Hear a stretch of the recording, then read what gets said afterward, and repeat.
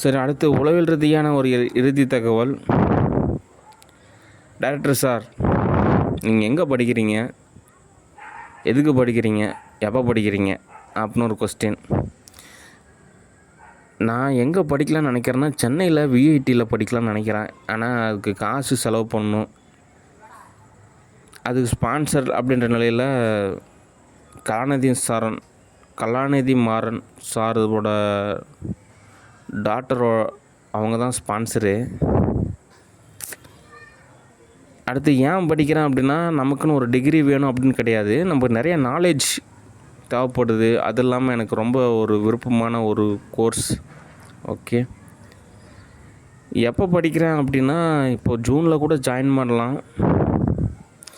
அப்படி இல்லைன்னா கரஸில் தான் பிஏ தமிழ் தான் படிக்கணும். ஓகே, சோனா காலேஜ்லேயும் படிக்கலாம். ஆனால் சென்னை அப்படின்றது ஒரு பேக்கேஜாக இருக்குது. அதனால் அந்த பேக்கேஜையே பயன்படுத்திக்கலாம். ஒருவேளை ரொம்ப வந்துட்டு நம்ம ஒரு இருமாப்பாக சேலத்துலேயே தான் தோது பார்ப்போம் அப்படின்னா, அது ரொம்ப ஒரு காலதாமதம் ஏற்படும். அதாவது இப்போ ஒவ்வொரு ஆக்ட்ரஸாக இங்கே வந்து, ஒவ்வொரு நபராக இங்கே வந்து நிலம் பார்த்து வீடு அமைச்சு ஒரு தொழில் அமைக்கிறதுக்கு எப்படி பார்த்தாலும் இல்லைங்காமல் ஒரு 30 வருஷம் ஆகிரும். அதுக்கப்புறம் அடுத்து வரக்கூடிய ஜென்ரேஷனில் தான் உங்களுக்கு ஓரளவு எல்லாமே தோதாகும். ஓகே, அதனால் சென்னை அப்படின்றது, சேலம் அப்படின்றது ஒரு பாதை அமைச்சிட்டாங்கன்னா வெறும் 3 மணி நேரம் தான் ஒரு லிங்க் இருக்கும். ஓகே, அது இல்லாமல் இந்த ஹைதராபாத்லேயே நான் போய் ஸ்டே பண்ணலான்னு இருக்கேன். அங்கேயும் எனக்கு ஒரு எல்லாமே தோதாக இருக்குது.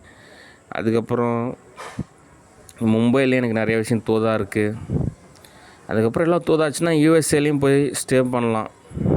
ஓகே, அதனால் இடம் அப்படின்றது ஒரு விஷயம் கிடையாது, கேஷ் அப்படின்றது தான் இப்போ ஒரு விஷயம்.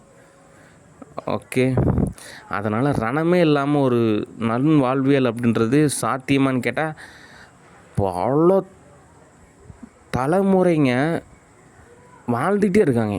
ஜென்ரேஷனாக வளர்ச்சி நாட்டில் ரணமே இல்லாமல் ஒரு லைஃப் ஸ்டைலாக வாழ்ந்து இன்னும் வாழ்ந்துட்டு தான் இருக்காங்க. ஓகே, அதனால் புதுவான ஒரு கான்செப்ட் அப்படி கிடையாது. அதனால் ரணம் இல்லாமல் ஒரு இனிதான ஒரு வாழ்வியல் அப்படின்றது சாத்தியமான ஒரு விஷயந்தான். ஓகே, சரி, நன்றி, வணக்கம், பாய்.